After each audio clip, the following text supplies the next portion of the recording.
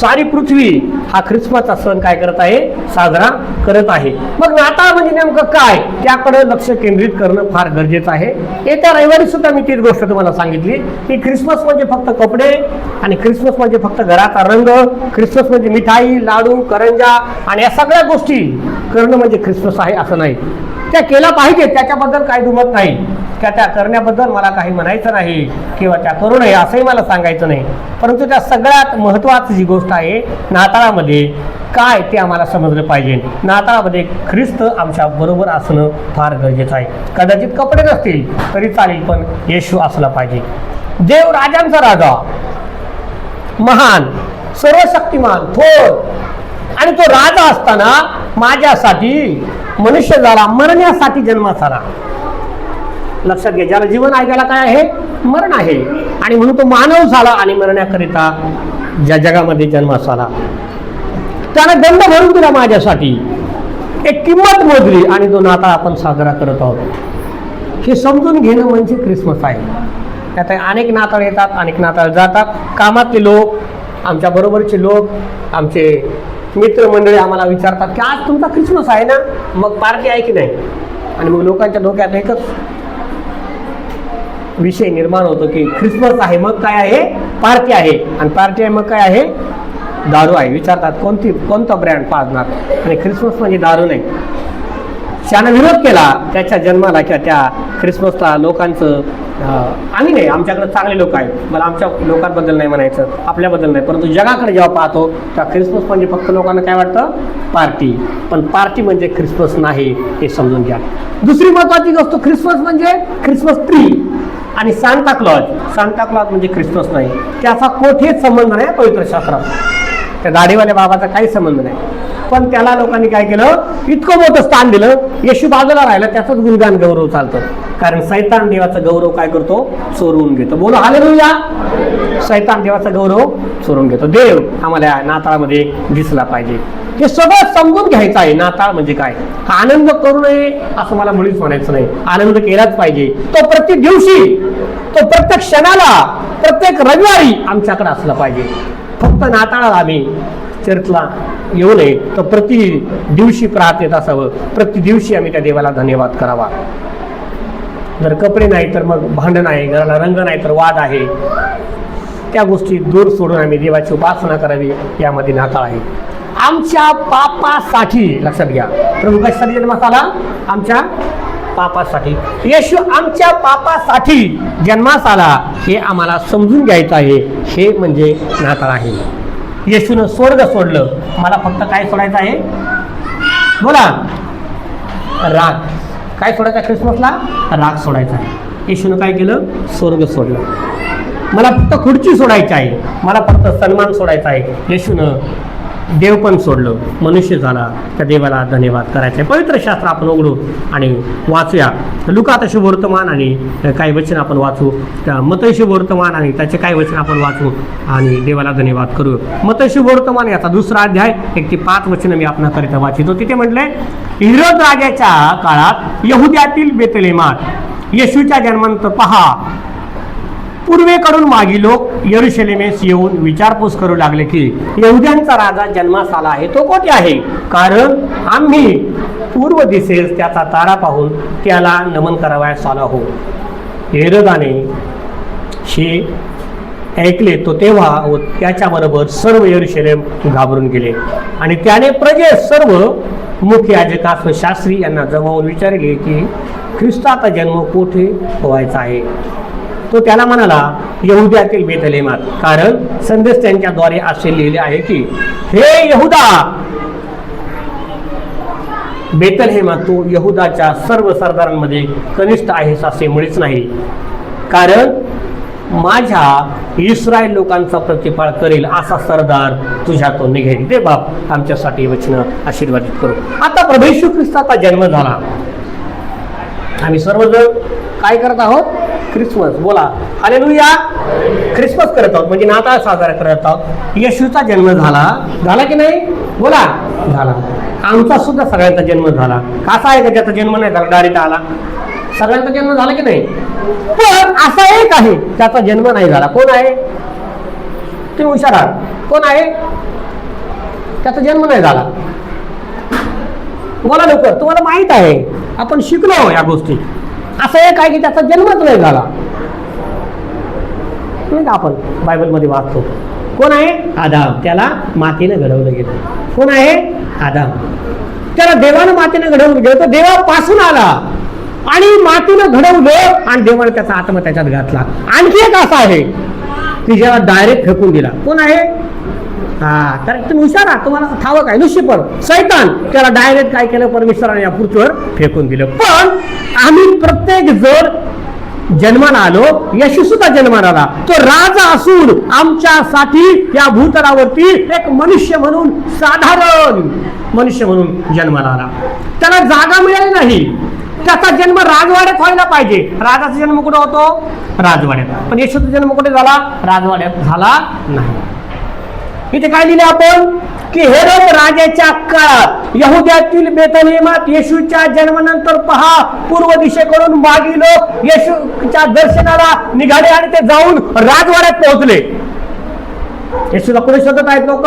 राजवाड्यामध्ये. आज येशूला स्टारमध्ये, बाजारामध्ये, रंगरंगोटीमध्ये, कलरमध्ये, मिठाईमध्ये, जगातल्या गोष्टीमध्ये जग येशूला शोधत आहे. पण येशू तिथे नाही. लक्षात घ्या काय म्हटलंय? तो राजा, देवाचा पुत्र माझ्यासाठी जन्मास आला असं म्हणा. आणि तो देव असून माझ्याकरिता मनुष्य झाला. त्यानं स्वर्ग त्यागलं. तेव्हा संपूर्ण जगात दवंडी दिली देवदूतानं की पहा, आज तुमच्यासाठी दाविदाच्या गावात तारणारा जन्मला आहे. देवदूतानं सांगितलं. पण जेव्हा राजाच्या मुलाचा जन्म होतो, काय होतं माहितीये का? एखाद्या राजपुत्राचा जन्म होणार असेल तर संपूर्ण राज्याला काय केलं जातं? घोषणा केली जाते. आणि काय सांगतात की महान युवराज, राजाधिराज, राजपुत्र काय झालेला आहे? जन्माला आलेला आहे. बॅनर लावले जातात. तुमचे युवराज जन्माला आलेले आहेत. तुमचे नेते जन्माला आले आहेत. महाराज जन्माला आले. वीर, वीर, शूरवीर, पराक्रमी असं लिहिलं जातं जेव्हा राजा येतो. मग उंटावरून, अंबारीवरून, हत्तीवरून दौंडी दिली जाते. आणि राजाचा पुत्र जन्मल्याच्या नंतर त्याला जांभळ्या रंगाच्या वस्त्रामध्ये गुंडाळून ठेवलं जातं. राजाचं प्रतीक आहे जांभळ्या रंगाच्या वस्त्रात. पण येशूला जांभळ्या रंगाचे वस्त्र नव्हते. बोलो हालेलुया. येशूला साध्या वस्त्रामध्ये गुंडाळून गव्हाणे बाळवत म्हटले. जुन्या कपड्याचं, फाटलेल्या साडीचं, जुन्या साडीचं जो कपडा असतो त्याला काय म्हटलंय? बाळवतं. त्या बाळवत्यामध्ये गुंडाळून काय म्हटलंय? गव्हाणीत ठेवलेलं एक बाळ तुम्हाला आठवेल. येशूची इतकी साधी खूण आहे, इतका नम्र तो झाला. आणि मग ते येशूला पाहण्याकरिता लोकांची गर्दी होत आहे. येशू बाळाला जांभळे वस्त्र नव्हते. येशू बाळाला बाळवत्यानं गुंडाळून आणि गव्हाणीत ठेवलेलं होतं. येशूसाठी जोरदार टाळ्या वाजूया. कोण कोण टाळ्या वाजूया? आम्ही सर्वजण. कारण तो माझा येशू बाळवत्याने गुंडाळून त्याला गव्हाणीत ठेवलं. तो मदसाठी जन्माला आला हे लक्षात ठेवलं पाहिजे. येशू आमच्यासाठी जन्माला आला. साध्या कपड्यामध्ये त्याला ठेवलंय. त्याला वस्त्र नव्हते तो जन्माला आला तेव्हा. राजा त्याचं जर बाळ जन्मलं तर मोठी पार्टी देत आहे. परंतु येशूच्या जन्माची काय पार्टी झाली नाही. आता पुष्कळ पार्ट्या होत आहेत जगात, रोज पार्ट्या होत आहेत. ख्रिसमसच्या फार मोठ्या मोठ्या पार्ट्या आहेत. परंतु तेव्हा काहीच नव्हतं. असं म्हटलंय तो राजा असून आमच्यासाठी गव्हाणीत. गव्हाण म्हणजे काय तुम्हाला सर्वांना ठावक आहे? गुरांचा गोठा. तिथे माणसं राहतात का? आपण गोठ्यात जेवायला जातो का? नाही. गोठ्यामध्ये राहायला जातो का? घरापासून थोडा दूर, घराच्या मागे. शक्यतो लोक काय म्हणतात? गुरांचा गोठा कुठं असावा? घराच्या माग. शेण आहे, मलमूत्र आहे, माशा आहे, गोमाशा आहे, घाण आहे, चारा पडलेला आहे. आणि अशा ठिकाणी असं म्हटलंय तो मलिन ठिकाणी जन्मास आला. कारण मला शुद्ध करावं. मला काय करावं? शुद्ध करा. माझं पाप धुवून जावं यासाठी तो पापामध्ये जन्मास आला. त्याने तो स्वीकारला आमच्यासाठी. तो राजा आहे पण आमच्यासाठी, लक्षात घ्या, अत्यंत गरीब झाला. अत्यंत गरीब झाला. स्वर्ग सोडलं. तो महान आहे, तेजस्वी आहे, लखलखणारा तारा आहे. आणि त्यानं सगळं सोडलं. त्याचं तेज तुम्हाला आणि मला दिलं. तो पृथ्वीवर आला आणि त्याचं तेज आमच्यासाठी त्यानं देऊन टाकलं. तो लीन झाला. आम्हाला फक्त त्या ख्रिसमसमध्ये, नवीन वर्षामध्ये परमेश्वरासाठी राग सोडायचा आहे, सहनशीलता धारण करायची आहे. त्यानं सर्व काय आमच्यासाठी सहन केलं. पण पवित्र शास्त्र सांगतं मनुष्य काहीच सहन करायला तयार नसतो. त्या मनुष्याला देव सांगत आहे, मानवासाठी तो मानव झाला आणि या धर्तीवर आला, तो शून्य झाला. त्या येशू करीला, येशूसाठी देवाला सदुदित आम्ही धन्यवाद दिला पाहिजे. एकदा येशू करीता मध्ये हालेलुया, जोरदार हालेलुया. तो सर्वजण तो माझ्यासाठी गरीब झाला, माझ्यासाठी या भूतलावर आला. त्या येशूला धन्यवाद. आम्ही सर्वजण लक्ष द्या. पा देव जो आहे ना तो फार चांगला आहे. येशू जगात आला आमच्यासाठी, हे आम्हाला समजलं पाहिजे. आणि मग येशू जगात येणार होता याचा प्लॅन जो आहे ना तो बरेच वर्ष चालला. 400 वर्ष जवळजवळ त्याचा प्लॅन चालू. किती वर्ष? मोठ्याने बोला हालेलुया. पवित्र शास्त्र जर वाचत असाल तर तुम्हाला समजेल, नाही तर फार कठीण होऊन जाईल. येशू ख्रिस्ताला जन्म, तो येणार आहे जन्मास. 400 वर्ष देवानं मानवाशी बोलणं बंद केलं. मलाकीचं पुस्तक ते मतैशी वर्तमान असं म्हटले की देवानं लोकांशी बोलणं काय केलं होतं? बंद केलं होतं. 400 वर्षाचा कालावधी आहे. मलाकीचं पुस्तक, जुन्या कराराचं शेवटचं पुस्तक आणि नवीन करारातील पहिलं पुस्तक. देव लोकांशी बोलणं त्याने काय केलं? बंद केलं. आणि येशूला जन्माच्या येण्याच्या अगोदर इस्रायलवरती आणि यरुशलेमवरती रोमन साम्राज्य आलं होतं. त्या अगोदर मोठे बलाढ्य राजे आले, मोठमोठ्या लोकांनी राज्य केलं, अनेक वर्ष राज्य केलं, पण कोणी रस्ते बनवले. पूर्वीच्या काळात रस्ते नव्हते, अजूनही आपल्याकडे चांगले रस्ते नाही, आता बनत आहे. आणि रोमन साम्राज्याने सगळ्यात पहिल्या महत्वाची गोष्ट काय केली? रस्ते बनवले. त्याच रस्त्यानं येशूनं पुढे चालून सुवार्ता सांगितली. त्याच रस्त्यानं येशूनं बारकी महिला बरं केलं. त्याच रस्त्यानं येशूनं वधस्तंभ वाहिला. त्याच रस्त्यानं येशूनं काम केलं. अत्यंत क्रूर सरकार होतं. कोणतं सरकार? रोमन. लक्षात घ्या, झोपायचं नाही. रोमन सरकार कसं होतं? अत्यंत क्रूर होतं. का क्रूर सरकार आणलं होतं? कारण येशूला क्रूर मरण यावं. येशूला त्यानं क्रूर रीतीनं मारावं वधस्तंभावरती. त्यासाठी परमेश्वरानं अगोदर प्लॅन केला होता. देवानं सगळं काय प्लॅनने केलं. आणि पवित्र शास्त्र सांगतो, लुका तशी वर्तमान याचा पहिला अध्याय आणि त्याच्या 67 ते 80 वचनामध्ये आम्हाला जखर्या नावाचा एक याजक पाहायला मिळतो. समजतंय का? कोण आहे? एक याजक आहे. जखर्या नावाचा कोण आहे? याजक. आता याजक म्हटल्याच्या नंतर सेवा करणारा मंदिरामध्ये. त्या काळामध्ये याजकांना एक लेवी लोकांना अद्भुत रीतीने देवाने सेवा दिली. आणि प्रत्येक याजकाची ड्युटी असायची की आज तुला जाऊन देवाच्या परमपवित्र स्थानामध्ये धूप अर्पण करायची. लक्ष द्यावर का सगळेजण? झोपू नका, मागची गडबड करू नका, कारण जे शिकवणार आहे ते अत्यंत अद्भुत आहे. महिनाभर त्याच्याकरिता मी प्रार्थना करत आहे, महिनाभर त्याकरिता अभ्यास करत आहे. आणि येशूचं दर्शन कोणाकोणाला झालं? मागच्या रविवारी तुम्हाला विचारलं की तुम्हाला सांगायचं आहे की किती लोकांना माहिती आहे. होमवर्क दिला होता की किती लोकांना येशूचं दर्शन झालं आम्हाला सांगायचंय. आता या ठिकाणी पहिला कोण आहे? जखर्या. कोण आहे? त्या जखर्याला येशू ख्रिस्तानं भेट दिली. आता कशी दिली ते आम्हाला पाहायचंय. या याजकाचं काम होतं की प्रत्येक दिवशी मंदिरात जायचं आणि धूप चालायची. पूर्वी धूप जाळत होते, आता धूप जाळत नाही. आता काय करतात? प्रार्थना करतात. आता प्रार्थनेचं धूप जाळायचं असतं. असं म्हणले, स्तुती आराधना उपर जाती आशीष लेके निशाती. प्रार्थनेचं धूप. आता काय म्हटलं? आम्हाला काय करायचं आहे? प्रार्थना. आता कोणी धूप घेऊन येऊ नका. तर तुम्ही म्हणाल की बाळासाहेब तुम्हीच म्हणले आम्हाला धूप जाळायची.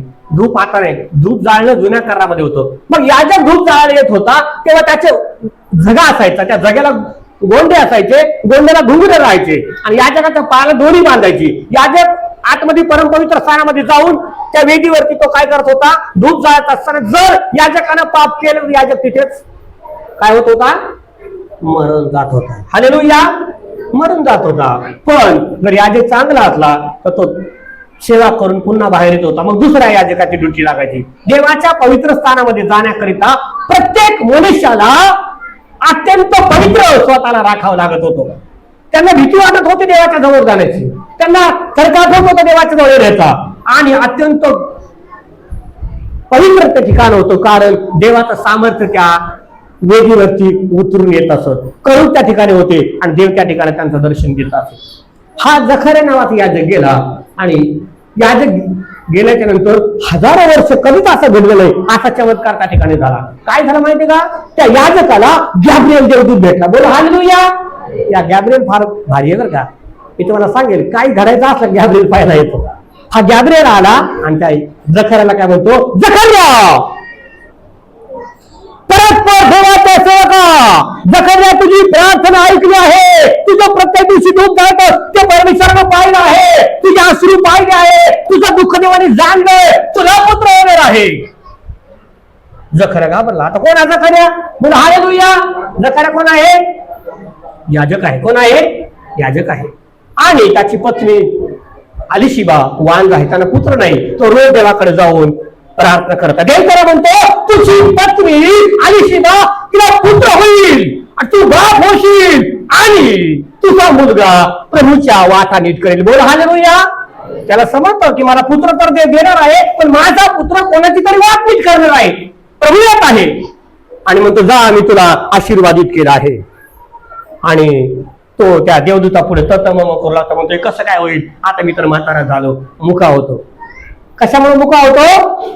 अविश्वास. बोला हालेलुया. कशामुळे मुका होतो? अविश्वास. देवाला काही अवघड आहे का? नाही, देवाला काहीच अवघड नाही, परंतु मनुष्य घाबरतो आणि माणसाला सगळं काही अवघड होऊन जातं. स्तोत्र 113 वर्ष 9 मध्ये म्हणजे की तो वांग स्त्रीला गृहिणी करून मुलांची आनंदी माता करीतो. या जखऱ्याची प्रार्थना ऐकली गेली, या जखऱ्याचं दूध जाणं देवानं पाहिलं, या जखऱ्याचे दुःख देवानं पाहिलं, या जखऱ्याचं कष्ट देवानं पाहिलं, त्याला आशीर्वाद दिला आणि त्याला म्हणा तुला पुत्र होईल, त्याचं नाव तू काय ठेव? योहान असं ठेव. तो मुका झाला, घरी आला. आता बायबल मध्ये नाही. घरी आला, घरी आल्यानंतर तो काय म्हणायचं, बायको म्हणते काय झालं बाळासाहेब, तुम्हाला बोलता का येईना, तुमचा आवाज कुठे गेला? मागून कोणीतरी आला असेल म्हणजे की साहेबांची वाचा गेली, ते आता मुकेल झाले. ते चहा पेलत का, कुणाच्या घरी काही खाल्लत का, काय झालं तुम्हाला, तुमचा घसा बसलाय का, मिठाच्या गुळण्या करता का, काहीच जखऱ्या मुका झाला का? अविश्वास. मी असं म्हणतो की जास्त बोलण्याचं तोंड दे, बंद करो. बोला हालेलुया. तोंड दिले म्हणून काय पण बोलायचं नाही. असं म्हणा की देवा जास्त बोलणार तर तोंड काय हो बंद होईल. जखऱ्याचं तोंड बंद झालं, त्याला बोलता येईना, तो मुका झाला. आणि देवाने त्याला सांगितलं योहानाला पाहीपर्यंत तुला बोलता येणार नाही. अलिशिबा विचारते काय झालं? काहीच नाही. मग पुढे असं म्हटले दुसरी कोण आहे? अलिशिबाजीला देवानं दर्शन दिलं. दुसरी कोण आहे? अलिशिबा. जेव्हा त्याला पुत्र झाला तेव्हा त्याचं तोंड उघडलं. शास्त्र सांगतं जे देवाच्या सेवेसाठी अडखण होतात ते शापित असो, पण जे देवाच्या सेवेसाठी मार्ग उघडतात ते कशा आहेत? आशीर्वादित आहे. आणि योहान येशूचे मार्ग नीट करणारा झाला. बोलो हालेलुया. येशूला जन्म होण्याच्या अगोदर, येशूचा जन्म झाला नाही अजून, येशू जगात पण आला नाही, पण कुणाला समजलंय? जखऱ्याला. कुणाला समजलंय? जखऱ्याला. म्हणजे देवाच्या सेवकाला समजलंय प्रभू येणार आहे. तो घरी जातो, त्याच्या पत्नीला दिवस जातात, पण तो सांगू शकत नाही, काय बोलता येईना. मंदिरामध्ये घेऊन जातात योहानाला आणि लोक म्हणतात याचं नाव काय ठेवायचं? जखऱ्याच्या नावावरून ठेवा म्हणतात. तो पाठी आणतो, लिहून देतो, म्हणजे याचं नाव योहान ठेवायचंय. म्हणजे हे कसं काय? हे तर तुझ्या घराण्यात नाही. तर म्हणतोय कोणी सांगितलंय? देवदूताने. बोला हालेलुया. योहानाचं नाव पण कोणी सांगितलं? देवदूताने. शास्त्र सांगतं त्या दर्शनानं ते आनंदित झाले. जखऱ्याचं मुख उघडलं, तो मुका होता, त्याला बोलता येऊ लागलं. लुका तशी बोलतो वर अध्याय 1 वचन 64 मध्ये म्हणलंय की त्याचं तोंड उघडलं, तो बोलू लागला आणि म्हणाला याचं नाव योहान ठेवा, कारण देवानं मला काय दिलं होतं? दर्शन दिलं होतं. अलिशिबा मरियेला भेटायला जाते. दुसरी कोण आहे भेटणारी जिला माहित झालं? अलिशिबा. लक्षात घ्या बरं का, दुसरी येशूला जन्म येण्याच्या अगोदर जिला माहिती होतं ती कोणती स्त्री आहे? अलिशिबा. मरियेच्या अगोदर तिला माहित झालंय की मरियाला पुत्र होणार आहे. अलिशिबा मरियाला भेटायला गेली तर योहान पोटात आहे. पोटात कोण आहे? योहान आहे. 7वा महिना चाललाय. ती तिला भेटायला गेली आणि जेव्हा तिला आलिंगन करते म्हणते सलाम मरिये, तुला सलाम असं म्हटलंय. अलिशिबीच्या पोटात बाळानं उडी मारली. बोला हालेलुया. कुठे? बोला हालेलुया. पोटात बाळ असून त्या बाळाला काय करत आहे? आशीर्वाद देत आहे. येशूनं योहानाला आशीर्वाद दिलाय. तिनं तिच्या पोटात उडी मारली. ती काय म्हणते पुढे की माझ्या प्रभूच्या दाशीला मी सामोरे जावं इतकं माझं नशीब कुठं? कोण म्हणते? अलिशिबा. कारण प्रभूला शास्त्र सांगतं काहीच अवघड नाही, तो परिस्थिती बदलवणारा देव आहे. फक्त आम्हाला देवावरती विश्वास ठेवायचा. असं दुसरी ही आलिशिबा आहे. ही आलिशिबा देवाच्या आत्म्याला ओढून काढणारी, ही आलिशिबा प्रार्थना करणारी, ही आलिशिबा याजकाची पत्नी आहे, ही आलिशिबा याजकाचं काम करणारी आहे, ही आलिशिबा याजकाला सपोर्ट करणारी आहे. आणि शास्त्र सांगतं तिला देवानं पुत्र दिला आणि देवानं त्या दोघांना सांगितलं की तुमचा मुलगा काय करणार आहे, प्रभूच्या वाटा नीट करणार आहे. त्यांना माहित झाला आम्हाला मुलगा होणार आहे, परंतु तो साधारण मुलगा नाही, तो काहीतरी अद्भुत आहे, तो काहीतरी करणार आहे, प्रभूच्या वाटा नीट करणारा तो आहे. आणि लुका शुभवर्तमान अध्याय 1 वचन 43 मध्ये म्हटलं की माझ्या प्रभूच्या मातेने माझ्याकडे यावे, हा मला मान उठवून मरियेला तिने अभिवादन केलं, मरियेला तिने नमन केलं, मरियेला तिने दंडवत घातला, मरियेला तिने म्हटलं सलाम, आणि तिच्या पोटात त्या बाळाने काय केली, उडी मारली. शास्त्र सांगतं देवाने अगोदरच त्या जखर्याला आणि दुसरं कोण आहे आलिशिबा यांना सांगितलं कोण येणार आहे, येशू. बोला हालेलुया. कोण येणार आहे, येशू. तिसरी लक्षात घ्या, तिसरं कोण आहे, मरिया आहे. तिसरी कोण आहे, मरिया. वाचूया लुका शुभवर्तमान याचा 1 अध्याय 26 ते 38 वचन. लवकर जर भेटलं तर वाचा.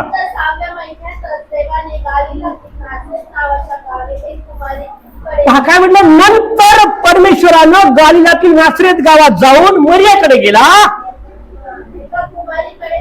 तो कुमारीकडे गॅब्रिएल देवदूत गेला, देवदूताला पाठवले.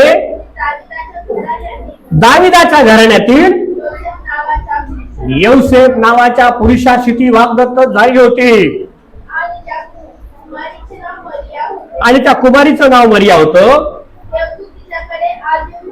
देवदूत तिच्याकडे आत येऊन म्हणाला, हे कृपा पावलेले स्त्रिये कल्याण असो,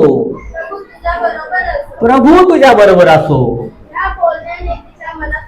ह्या बोलण्याने तिच्या मनात खळबळ उडाली आणि हे अभिवादन काय असेल याचा ती विचार करू लागली. देवदूताने तिला म्हटले, मरिये घेऊ नको, कारण देवाची कृपा तुझ्यावर झालेली आहे. पहा तू गरोदर राशील आणि तुला पुत्र होईल आणि त्याचे नाव तू येशू ठेव. आता थांबूया. पहा, योहानाचं नाव सुद्धा कोणी ठेवलं, देवानं. आई बापांना नाही ठेवलं. येशूचं नाव पण कोणी ठेवलं, देवानं. मरियेला अगोदर सांगितलं. आता मरियेचं लग्न जमले, जे आपलं लग्न जमतं आपण लग्नाच्या विचारात असतो. मरियेने विचार केला तर की माझे पती सुंदर आहे, योसेफराव किती छान आहे. विचार करा, तिच्या नवऱ्याचं नाव काय आहे, योसेफ. ते म्हणते योसेफराव किती छान आहे आणि शिवाय ते कारपेंटर आहे. कोण आहे ते, कारपेंटर. कारपेंटर म्हणजे कोण, कारला फेट करत नाही बरं का, सुतार. नवगिऱ्यांची गोष्ट, नवगिरी म्हणतात मी फॉर्म भरला, मला वाटलं कारपेंटर म्हणजे कारला फेट द्यायचा. मला काय माहिती पुढे गेला सुतार होणार आहे. कारपेंटर म्हणजे सुतार.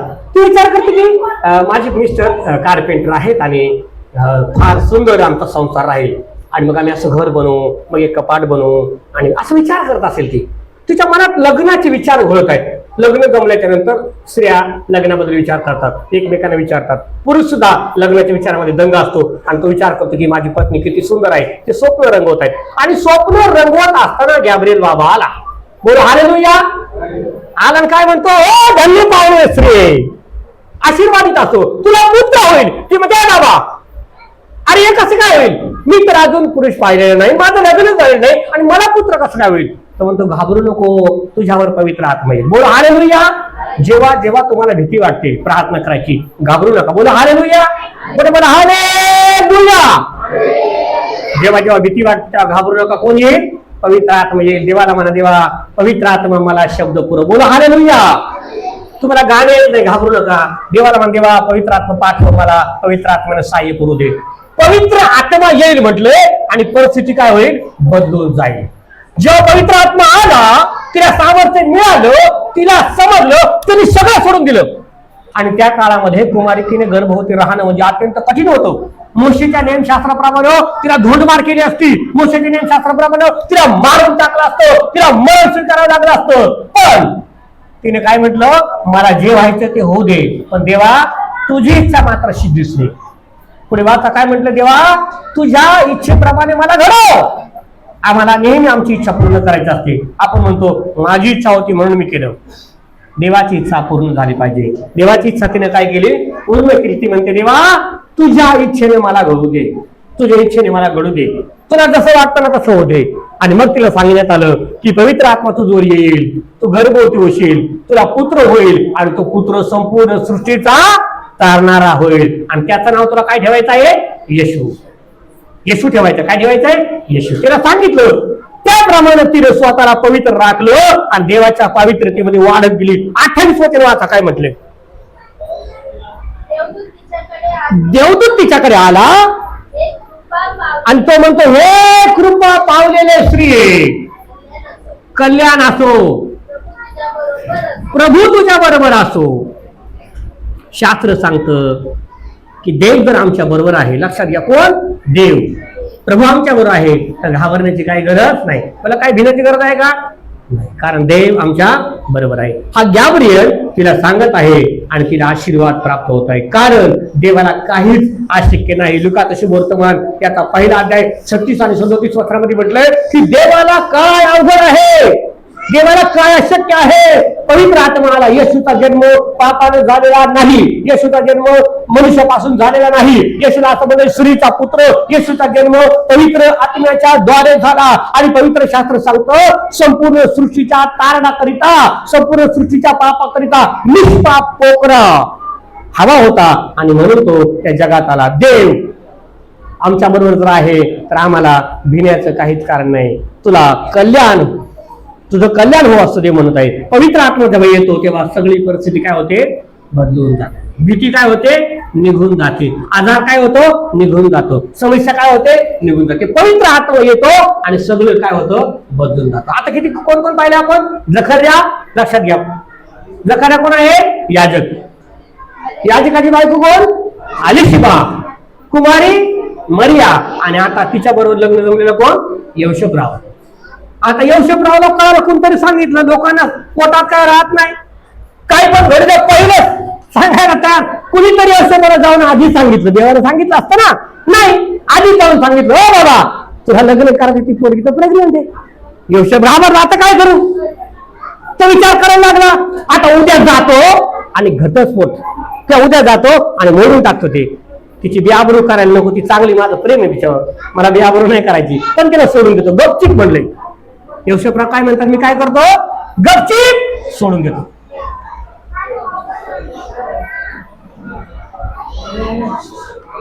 झाला का गप्पा करून, सांगा योसेफराव काय म्हणाले मरीला, बोला, खाली बसलेले. योसेफराव मरीला काय म्हणाले, करायच्या करत झाल्यात नाही ना, लक्षात द्या. काय म्हटलंय, लक्षात घ्या, मी फार गंभीर गोष्ट सांगत आहे. मरिया कोण आहे, कोण आहे, बोला, नाही. आता काय सांगितलं, ती प्रेग्नेंट आहे. लक्षात घ्या, कोण आहे, आता प्रेग्नेंट आहे. येशूच्या नंतर झाले नाही, प्रेग्नेंट आहे आणि लग्नाच्या अगोदर आहे. लक्षात, खाली बसलेली लग्नाच्या अगोदर आहे. हे कोणाला समजतं, योसेफाला. हा कठीण आहे. आणि योसेफ मनात विचार करतो, तिला आता काय करायचंय, सोडवून द्यायची, नको मला बायको ती. कोण करेल काय, कोण नाही करणार. तो म्हणतो मी गपचीप त्याला सोडून देतो, मला नको. जातो घरच्या लोकांना काहीतरी सांगतो कारण आणि सोडून देतो आणि झोपी जातो. झोपी गेल्याबरोबर गॅब्रिएल आला. हालेलुया, जरा जोरदार बोला मोठ्याने, हालेलुया. कोण आला, गॅब्रिएल आला. त्याला म्हणतो, योसेफा, दाविदाच्या घराण्यातल्या, दाविदाच्या पुत्रा योसेफा, घाबरू नको. जो मरियेला पुत्र होणार आहे तो संपूर्ण सृष्टीचा तारणार आहे, संपूर्ण सृष्टीचा मालक आहे. तुला मोठं वैभव आहे, मोठं लौकिक आहे आणि हे अद्भुत गोष्ट तुला मी सांगत आहे. कुणाला सांगू नका. शास्त्र सांगतं योसेफाला. मत्ती वर्तमान त्याचा पहिला अध्याय 18 ते 24 वचनामध्ये जर तुम्ही वाचलं तर त्या ठिकाणी तुम्हाला पाहायला मिळेल की योसेफाला विश्वासू पिता म्हटलंय. त्यानं देवाच्या वचनावरती काय केला, विश्वास केला. बोला हालेलुया, जोरदार हालेलुया. आपल्या मनातली शंका, आपल्या मनातली असं म्हणलं विचार, आपल्या मनातला संशय येशूच्या नावात काय केला पाहिजे, काढून टाकला पाहिजे. योसेफाला काय सांगितलं देवानं, मरियेवरती काय करतो, विश्वास ठेव, ती पवित्र आत्म्यानं गर्भवती झालेली आहे आणि तुला पुत्र होईल. त्याला पण सांगितलं, त्याचं नाव काय ठेव, येशू ठेव. हा कितवा नंबरचा आहे, 4था नंबर. पहिला कोण? जकर्या. दुसरी कोण? तिसरी कोण? मरिया. चौथा कोण? योसेफराव. लक्षात घ्या, योसेफरावला काय सांगितलं? विश्वास ठेवायचा. गॅब्रिएलने काय सांगितलं? विश्वास ठेवायचा. गॅब्रिएल तर माहिती तो स्वर्गातच होता, तो येशूच्या बरोबरचे. विश्वास ठेवायचा. मनुष्यानं म्हटलंय विश्वास ठेवायचा की मरिया पवित्र आत्म्यापासून काय झाली? गर्भवती. तिचा स्वीकार कर. आणि मग म्हणले तो जातो आणि आनंदाने तिचा स्वीकार करतो. आणि मग आपण वाचतो, पुकारिले हो राजाने नावानिशी आनंद. नावानिशी लिहायला कोणी येतात मग ते? आपापल्या गावी, यरुशलेमला चालले ते, बेथलेहमला चालले ते, इस्रायलला चालले ते. आणि पवित्र शास्त्र सांगतो की योसेफाला परमेश्वरानं दर्शन दिलं. योसेफाला गॅब्रिएलनं दर्शन दिलं आणि मरियाला सोडू नको, तिचा स्वीकार कर, कारण तिच्या पोटी जो गर्भ आहे तो पवित्र आत्म्यापासून आहे. तिला पुत्र होईल आणि त्याचं नाव तुम्ही काय ठेवा? येशू ठेवा. आणि मग योसेफ आनंदानं मरियेचा स्वीकार करतो आणि मग येशू बाळाचा जन्म होतो. बोला हालेलुया. आता येशू बाळाचा जन्म झालाय. येशू बाळाचा जन्म झाला आणि सगळ्यात पहिलं कोणाला समजलं? जन्माच्या अगोदर यांना समजलं होतं. आता सगळ्यात पहिलं कोणाला समजलं? मेंढपाळांना. साधे लोक आहेत मेंढपाळ. मेंढपाळ भारी असतात का? टाय कोलबीट घालून असतात का? साधे. मेंढपाळांचे वस्त्र मलानं मूत्रानं शेणानं भरलेले. मेंढपाळांच्या वस्त्राला शेणाचा दुर्गंधीचा वास आहे. मेंढपाळ म्हणजे कोण? धनगर. रानात राहून रात्रभर मेंढर चालणारे. हे गाव झालं की ते गाव, ते गाव झालं की ते गाव. रानातच राहायचं, रानातच झोपायचं, रानातच अख्खं त्यांचं आयुष्य निघून जातं. असे ते मेंढपाळ रात्रीच्या समयाला आपले कळप राखत होते. लुका तशी वर्तमानात 2:8-14 वाचायचं. वाचा लवकर लवकर वाचायचं. लुक्षी वर्तमान अध्याय 2:8-14. त्याच परिसरात मेंढपाळ रानात राहून रात्रीच्या वेळेला आपले कळप राखीत होते. तेव्हा प्रभूचा दूत त्यांच्याजवळ उभा राहिला आणि प्रभूचे तेज त्यांच्यावर प्रकाशले आणि त्यांना मोठी भीती वाटली.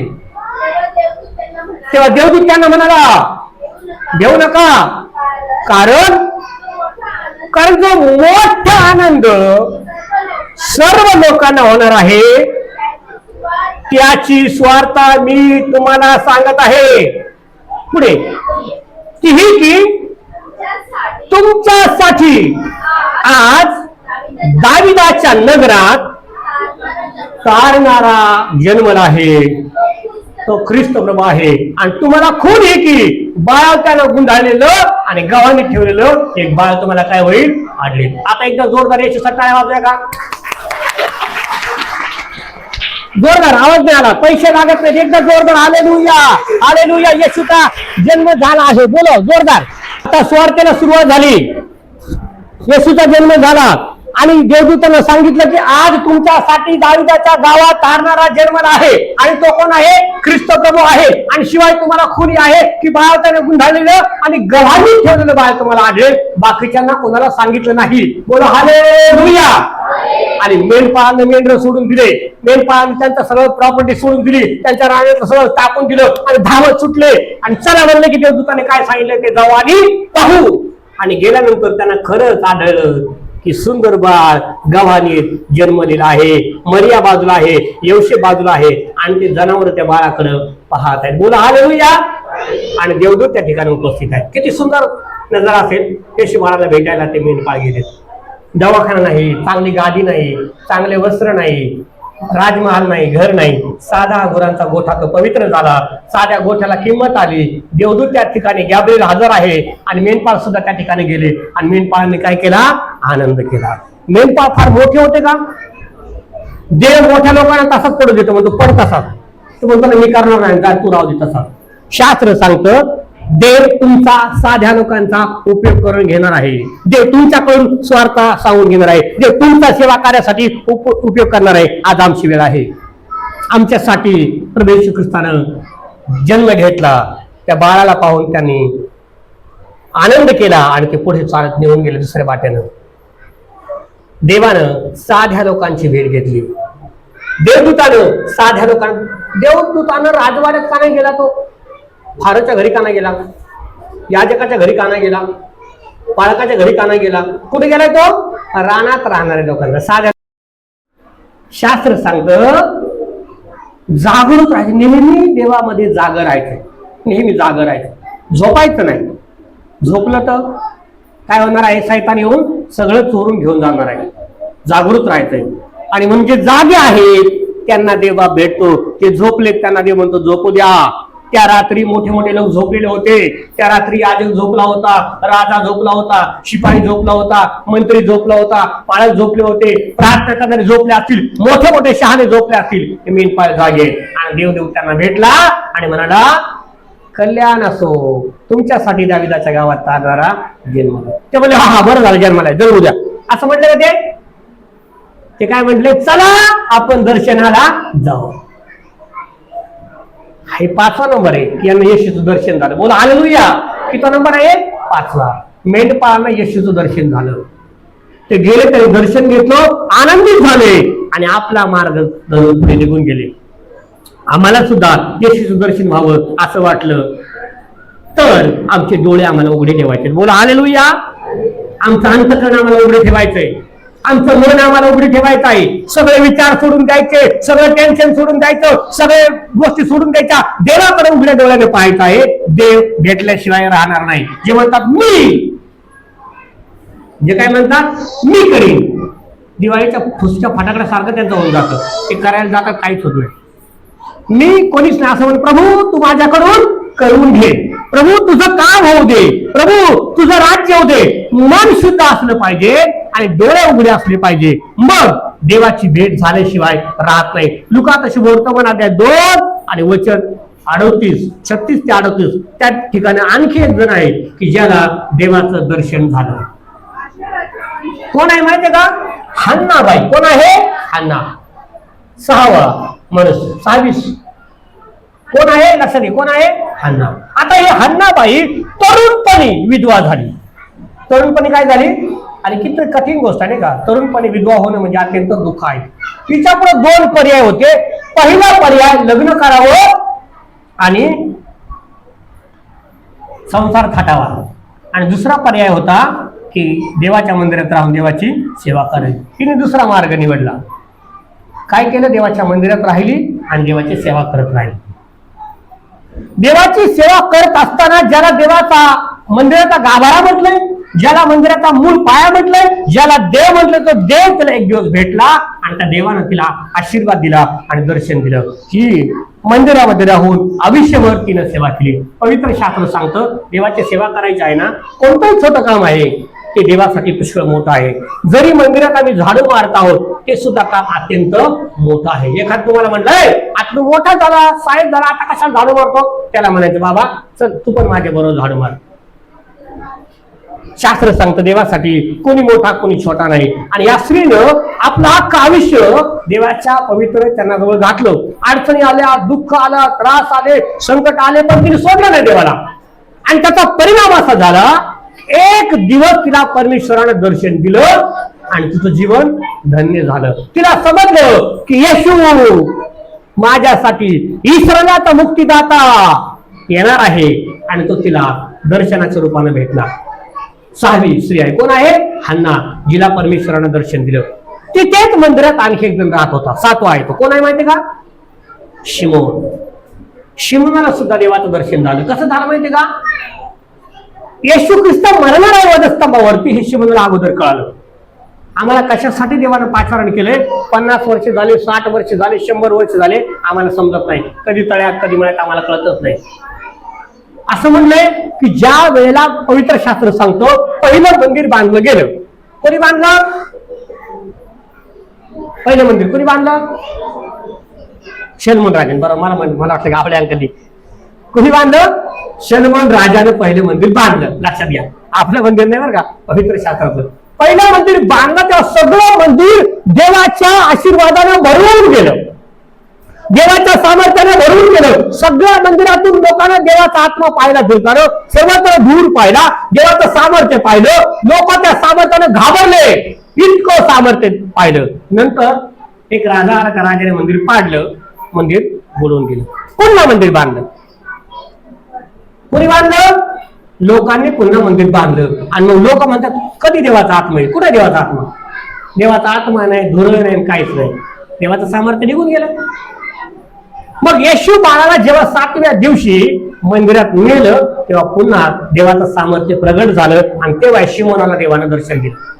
आणि शिमोनाने पाहिलं याला वधस्तंभावरती जायचं आहे, हाच तारणार आहे, हाच ख्रिस्त प्रभू आहे. तो मरीला सांगतो तुझ्या अंतःकरणातून तलवार भोसकून जाईल, तुला इतक्या वेदना होतील. त्यानं अगोदर तिचं प्रगतीकरण केलं. अगोदर तिला सांगितलं की तुला पुष्कळ दुःख होईल, मरिये तुला पुष्कळ त्रास होईल, कारण तुझ्या बाळाला वधस्तंभावरती दिलं जाईल. कितवा? 7वा. 7 लोकांना आतापर्यंत देव दिसला. त्याने येशूचं वधस्तंभावरचं मरण अगोदर पाहिलं की हा बाळ जगासाठी वधस्तंभावर टांगला जाणार आहे, याला मरण येणार आहे, हा पुष्कळ त्रासातून जाणार आहे आणि मरियेला ते सगळं दुःख भोगावं लागणार आहे. आणि त्या पद्धतीने पुढे घडलं आम्हाला सर्वांना ठावक आहे. आपण ईस्टर करतो, येशूचं मरण आपण पाहिलं, आपण ऐकतो, पवित्र शास्त्रातून पाहतो. हे शिमोनाला येशूच्या जन्माच्या अगोदरच समजलं आणि मरियेला त्याने काय केलं? सांगून दिलं. 7व्या दिवशी जेव्हा येशूला 8व्या दिवशी चिंतेच्या दिवशी जेव्हा येशूला मंदिरात नेलं तेव्हा ते मंदिर सामर्थ्यानं भरलं. तोपर्यंत त्या मंदिरात देव नव्हता. लक्षात घ्या, मंदिर किती पण सुंदर बांधलं पण जर देव नसला तर त्या मंदिराला शोभा नाही. त्या मंदिरामध्ये देव असला पाहिजे. त्या घरामध्ये घरपण केव्हा येतं? तेव्हा त्या घरामध्ये आनंद आणि शांती आहे. 8वा आणि सगळ्यात महत्वाचा म्हणून शांती. त्यांना सुद्धा देवाला दर्शन दिलं. आणि मत्ती शुभवर्तमान याचा 2रा अध्याय आणि 1 ते 12 वचन आपण वाचूया. हेरोद राजाच्या काळात यहुदातील बेथलेहेमात येशूच्या जन्मानंतर पहा, पूर्वेकडून मागी लोक यरूशलेमेस येऊन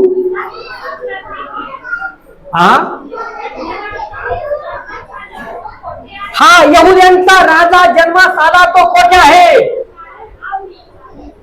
कारण आम्ही पूर्व दिशेस त्याचा तारा पाहून त्याला नमन करवायला आलो आहोत. थांबूया. आता हे ज्ञानी लोक ताऱ्यांचा अभ्यास करणारे, स्टार लावलेत ना आपण, येशूच्या जन्माची फार मोठी खुणी आहे. ताऱ्यांचा अभ्यास करणारे आम्हाला फक्त 2च माहिती असतात, सूर्य आणि चंद्र. दिवसा सूर्याची, रात्री चंद्राची बाधा होणार नाही, आम्हाला एवढंच माहिती. त्याच्या पलीकडे काही ग्रह आहेत, त्याच्या पलीकडे काही तारा आहेत. या ताऱ्यांचा अभ्यास करणारे ज्ञानी लोक. गडबड थांबूया का थोडी? नाही समजत का? अवघड होतंय का? मोठ्याने एकदा म्हणा हालेलुया. पहिला कोण आहे? दुसरा कोण? तिसरा कोण? चौथा कोण? 5वा कोण? मेंढपाळ. 6वा कोण? 7वा कोण? आणि 8वा कोण? ज्ञानी, हुशार लोक. पहिल्या बाकावर का दुसऱ्या बाकावर? हुशार कोण असतात?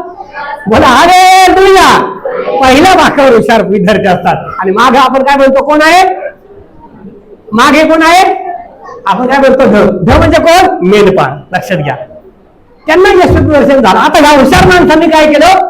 विचारत विचारत विचारत निघालेत पहिल्या फाटवाचे आणि कुठे गेले? राजवाड्यात गेले. त्यांना जायचं ऍक्च्युली कुठं? येशूचं दर्शन झालंय तिकडं. कुठं? घाईच्या गोठ्यात गेलेत. कुठं? राजवाड्यात. आणि हिरोदाला जागा केलंय. आणि हिरोदाला जाऊन काय विचारतात? महाराज चिरंजीव, राजाधिराज परमवीर, आपल्या राजाचे महान चिरंजीव कोठे जन्माला आलेत?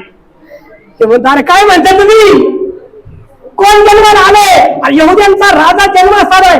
तो मला नाही माहिती, तुम्ही जाऊन मला सांगा. आणि मनात क्रोध तयार करतो, यांनी मला सांगितलं का? मग बाळाची काय करायची? कत्तल करायची.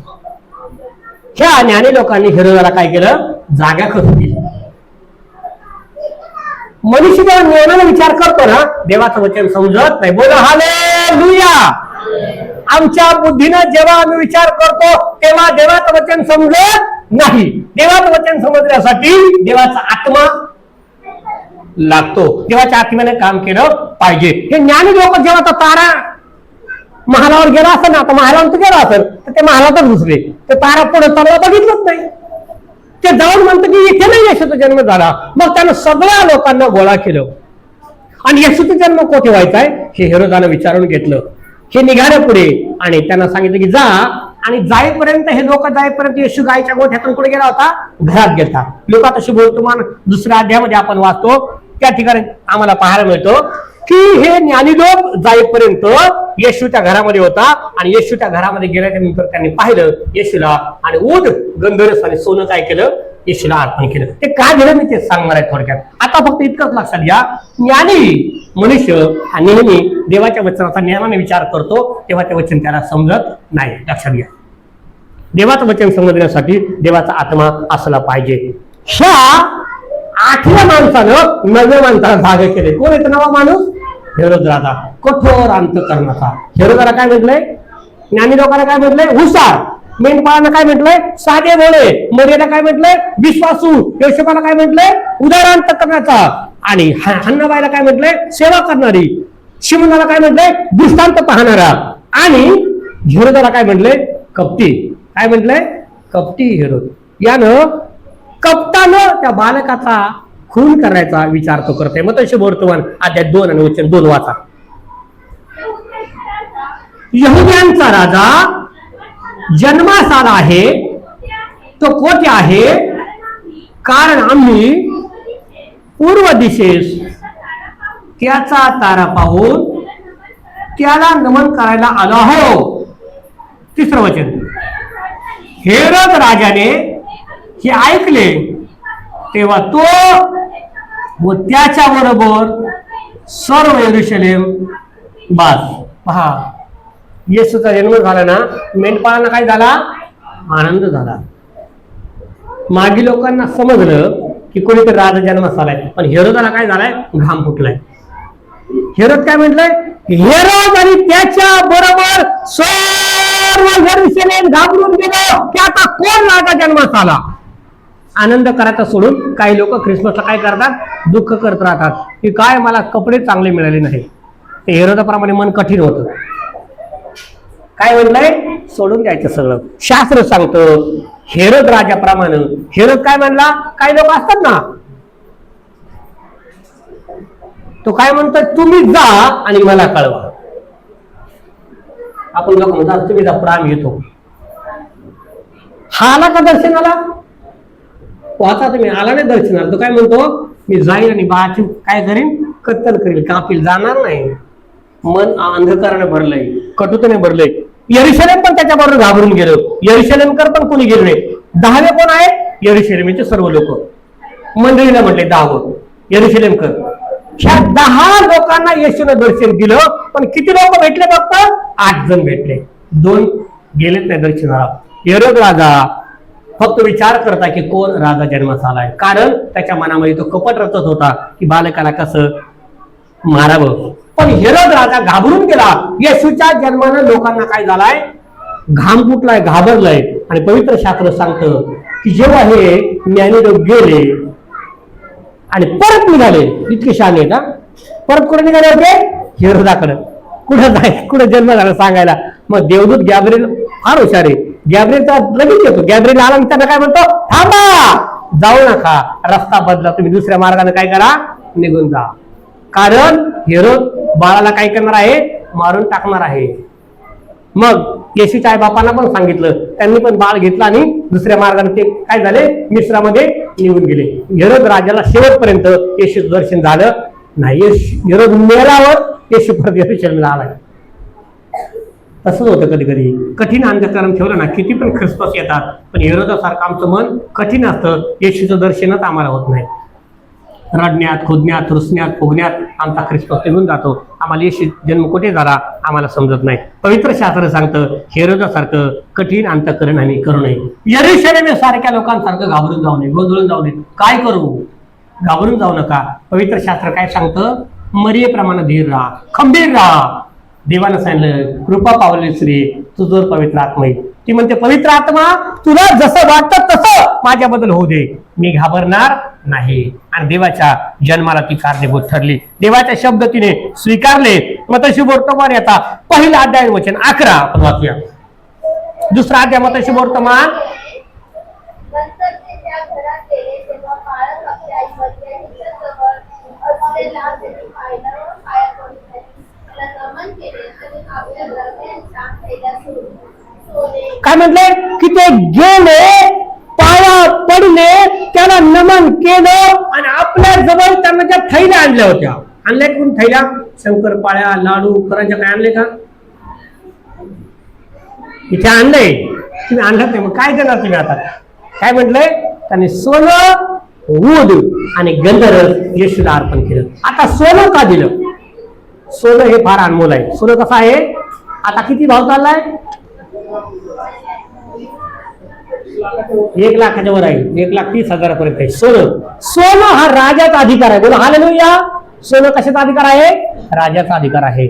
आणि म्हणून सगळं सोनं शलोमोन राजाने मंदिरात जमा केलं होतं. सगळं सोनं दावीद राजाने जमा केलं होतं. आणि शास्त्र सांगतं सोन्याच्या मुद्रावरून फक्त राजाचा अधिकार होता. आणि येशू राजा आहे, राजांचा राजा आहे, प्रभूंचा प्रभू आहे, सृष्टीचा मालक आहे, आमचा धनी आहे, आमचा स्वामी आहे.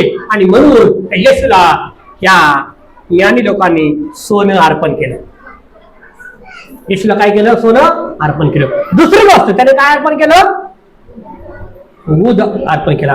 ऊद याचं दर्शक आहे येशू ख्रिस्त. कोण आहे? याजक आहे. कोण आहे? याजकाचं काम होतं ऊद जाळायचं, धूप जाळायचा. धूप जाळणं म्हणजे देवाला संतोषित करणं, धूप जाळणं म्हणजे देवाला खुश करणं. मंदिरामध्ये धूप जाळला जात होता आणि येशूचं शरीर देवासाठी अर्पण होणार आहे याचं ते प्रतीक आहे. येशू याजक आहे याचं ते प्रतीक आहे. आणि म्हणून त्याने काय केलं? ऊद अर्पण केला. तिसरं काय म्हणते? काय आहे? गंधरस. हा गंधरस सुद्धा झाडापासून तयार केला जातो, पण तो मेल्यानंतर माणसाच्या शरीराला लावत असत इस्रायलमध्ये. आणि येशू मरणार आहे, त्याला मरणाचा कडू अनुभव येणार आहे. त्या गंधरसाची चव अत्यंत कडू आहे. येशू मरणार आहे आणि अत्यंत कडवट अनुभव येशूला येणार आहे. त्याकरिता ऊद, गंधरस आणि सोनं येशूला अर्पण केलं. येशू राजा आहे, येशू याजक आहे आणि येशू मनुष्याच्या पापासाठी मरणार आहे. आणि मग आम्हाला पाहायला मिळतं देवदूताने पुन्हा स्वप्नात दर्शन देऊन या ज्ञानी लोकांना, मागी लोकांना सांगितलं, हेरोद राजाकडे जाओ नका. बोला हालेलुया. चर्च सुटल्यावर हेरोद राजाकडे जाओ नका. हेरोद राजा कसा आहे? बोला कसा आहे? कपटी आहे. काय म्हटलं? हेरोदाकडे जाऊ नका, त्याला भेटू नका, त्याच्या मार्गाकडे जाऊ नका. काही लोक हेरोद राजाकडे जाऊन आले असतील, पण शास्त्र सांगतं आता देव कळला, आता हेरोदाकडे जाऊ नका. शुद्ध अंतकरणानं प्रभूला भेटा, शुद्ध अंतकरणानं प्रभूचं दर्शन घ्या. हेरोदाला दर्शन झालं नाही आणि त्याच्या भीतीनं यरुशलेमकर पण गेले नाही आणि त्यांना सुद्धा येशूचं दर्शन झालं नाही. संपूर्ण सृष्टीला दर्शन झालं, पण ह्या 2 लोकांना झालं नाही. त्याला कारण असं त्यांचं अंतकरण त्यांनी कठीण करून ठेवलं होतं. तारणारा मानवासाठी मानव झाला, तारणारा त्या जगात आला, तारणारा भेटायला आला, पण ह्या लोकांना भेट नाही झाली. आम्हाला प्रभूने भेटावं असं वाटतं, तर आम्हाला शुद्ध अंतकरणानं देवाकडे पाहायचा प्रयत्न करायचा आहे. एकदा काय म्हटलंय? पंजाब मध्ये गोष्ट आहे. साधू सुंदर